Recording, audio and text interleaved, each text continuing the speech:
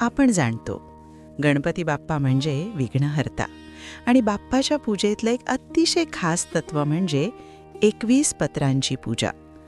तर तुम्ही म्हणाल 21च का?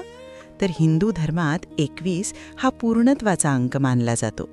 देह, मन, प्राण, बुद्धी आणि आत्मा या सगळ्यांचा समतोल साधण्यासाठी गणपतीला 21 पवित्र पत्र अर्पण केली जातात.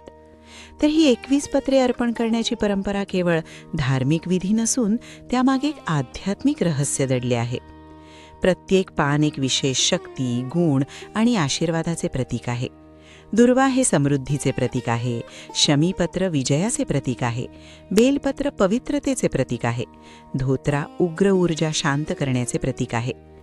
विशेष म्हणजे सामान्यतः गणपतीला तुळशीचे पान अर्पण केले जात नाही, पण गणेश चतुर्थीला ते शुभ मानले जाते आणि या दिवशी तुळशीपत्र अर्पण करणे फलदायी मानले जाते. तसेच भृंगराजपत्र, बोरपत्र, सेमपत्र, अघाडापत्र, कंटकारीपत्र, शेंदूरपत्र, तेजपत्ता, अगस्त्यपत्र, कनेरपत्र, केळीचे पान, रुईचे पान, अर्जुनपत्र, देवदारपत्र, मरवापत्र, कचनारपत्र, केवडापत्र अशी 21 पत्रे गणपती बाप्पाला अर्पण केली जातात. प्रत्येक पत्र एक तत्व, एक आशीर्वाद आणि जीवनातील विघ्नांचा नाश. गणपती बाप्पा मोरया.